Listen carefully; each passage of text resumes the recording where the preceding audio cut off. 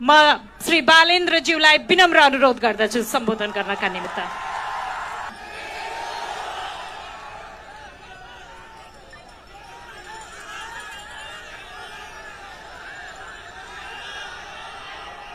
बेली छकालै एउटा सुइना देखेको थिएँ, सुदूरपश्चिम बनेको देश बनेको त्यो सपना पूरा गर्ने हो र त्यो पूरा गर्ने पार्टी राष्ट्रिय स्वतन्त्र पार्टी हो। बोहराजी बुझेछौ कि नै?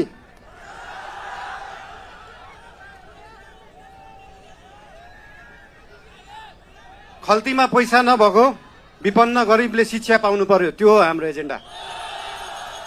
खल्तीमा पैसा नभएको विपन्न गरिबले स्वास्थ्य उपचार पाउनु पर्यो, त्यो हो हाम्रो एजेन्डा।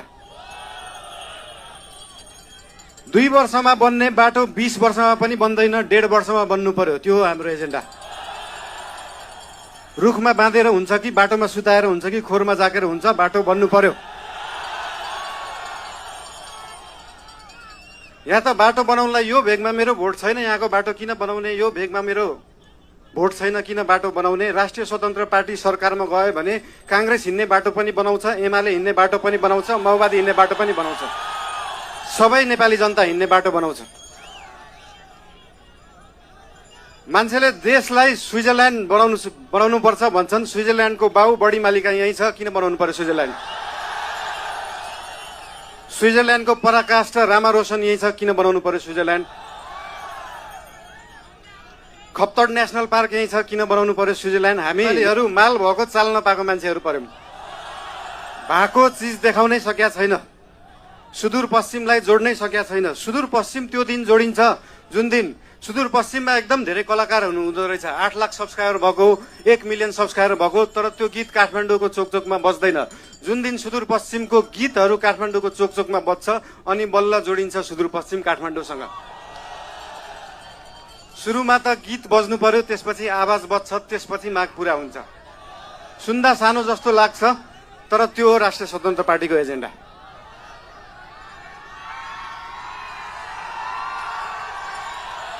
सुदूरपश्चिमलाई सुनजिक पश्चिम बनाउनु पर्यो, राष्ट्रिय स्वतन्त्र पार्टीको त्यो हो एजेन्डा।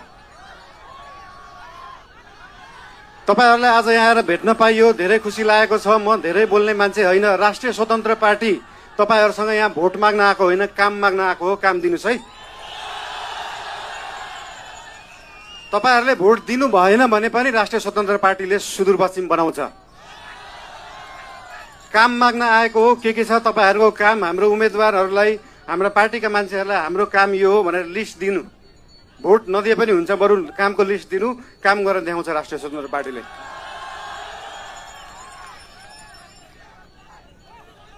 हजुर,